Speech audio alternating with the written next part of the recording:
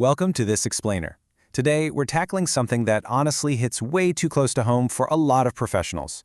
We're going to take a real-life case study and transform it into a highly actionable, step-by-step guide for dealing with a toxic work environment and, specifically, an aggressive manager.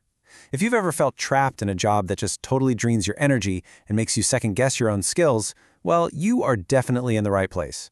We're going to break down exactly how to take your power back systematically and, best of all, silently. Let's get into it. So are you facing workplace toxicity right now? Think about it. Have you ever felt unfairly targeted, maybe scolded in front of all your coworkers, or felt your confidence slowly chipped away by a boss who seems to think shouting is a totally normal management style? Yeah, this explainer is built specifically for you. Because look, this isn't just about having a stressful day. It's about dealing with a constant, exhausting pattern of behavior that makes you literally dread walking through the office doors. Our mission today? To equip you with a rock-solid defensive shield and a really smart offensive strategy. To do that, we'll be breaking down Rohan's story into 4 key parts. First, the toxicity trap. Second, the crucial mindset shift. Third, your step-by-step survival guide. And finally, the ultimate professional triumph. Let's dive in.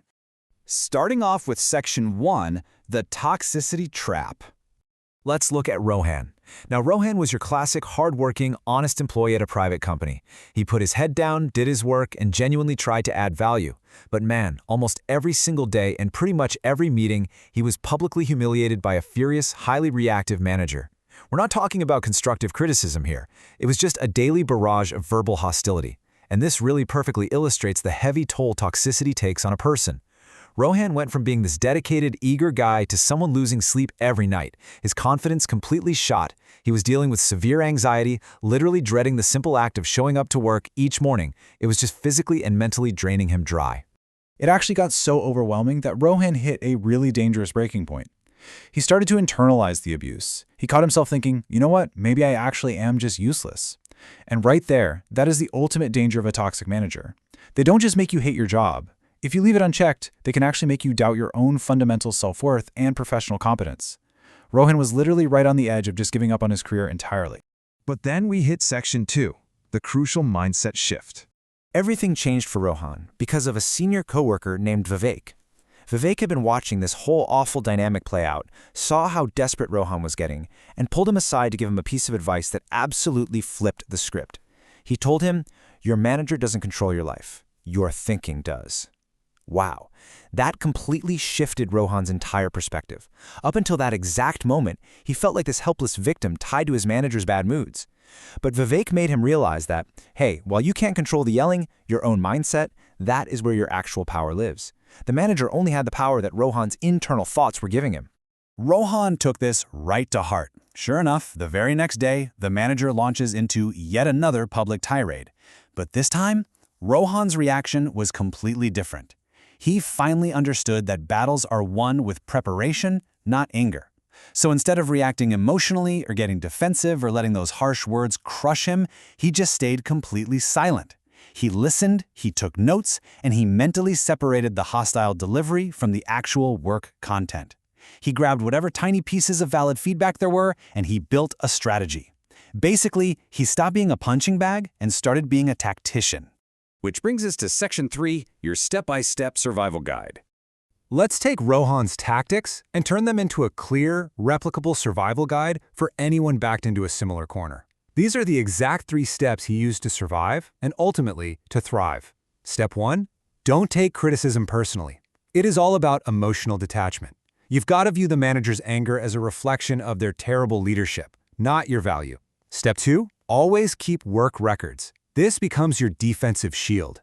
And step 3, upskill to protect your confidence. That is your offensive move, making yourself absolutely undeniable in the workplace. To nail step 2, Rohan basically built a fortress of documentation. He started meticulously saving every single email, backing up all his professional messages, and storing every work report. He created an undeniable paper trail of his competence, because he realized something crucial. In a toxic environment, verbal agreements mean absolutely nothing. By keeping impeccable records, he made sure that if the manager ever tried to shift the blame or say a job wasn't done, Rohan always had cold, hard, time-stamped proof of his work. And that sets up Section 4 perfectly, the ultimate professional triumph. The real test of this whole system came a few weeks later. The manager, probably just looking for someone to yell at before his morning coffee, tried to corner Rohan in front of the whole team with a completely fake accusation about a missed deadline. Now, in the past, this would have crushed Rohan, but this time, no flinching. Instead of getting angry, he calmly opened his laptop and pulled up his undeniable proof. He just quietly said, "Sir, I completed this task and emailed it to you yesterday." Boom.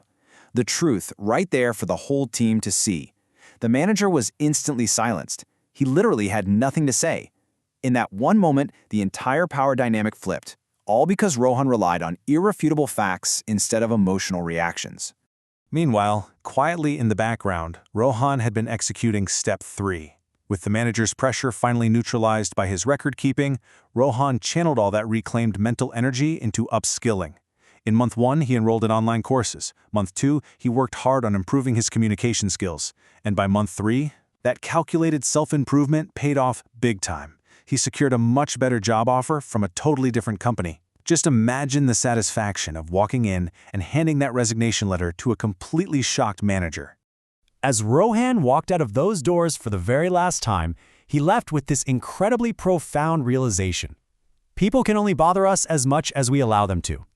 In the end, he learned that setting strict emotional boundaries, refusing to soak up baseless negativity, and relying on meticulous preparation systematically strips away a toxic manager's power. You, and only you, are the sole architect of your professional self-worth. So, as we wrap up this explainer, I want to leave you with one final question to really chew on. How are you going to take back your power tomorrow morning? Think about Rohan's step-by-step guide. What is the very first action you're going to take? Are you going to start detaching your emotions from the feedback? Will you start backing up your emails today? Or maybe you're going to sign up for that course to make your skills totally undeniable. Whatever it is, pick just one step and take action to protect your peace of mind and your professional confidence. Thank you so much for joining me on this explainer.